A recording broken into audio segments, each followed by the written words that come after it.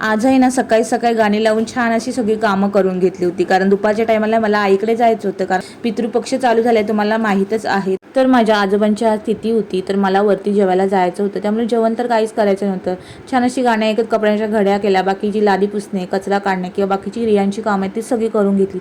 रियांशला अशी प्लेन अशी खिचडी बनवली आणि छान असं भरवून घेतलं. त्याच्यानंतर मग दुपारी आम्ही वरती गेलो होतो. बाबांनी पानं वगैरे सगळी कापून वगैरे ठेवली होती, वॉश करून पुसून वगैरे पण ठेवली होती.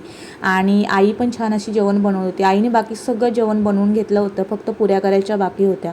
तर मग मी आईला पुऱ्या करायला लागली. मस्त अशा तम्म फुगणाऱ्या पुऱ्या बनल्या होत्या. आणि मग इथे बघा रियांश पण छान असं रमला होता.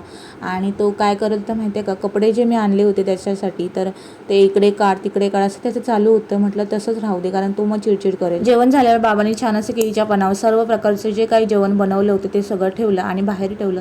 त्याच्यानंतर आम्ही छान असं जेवण केलं. जेवण करता करता छान अशा गप्पा झाल्या आणि रियांश पण छान बसला होता. तर भेटूया पुढच्या ब्लॉगमध्ये, तोपर्यंत बाय.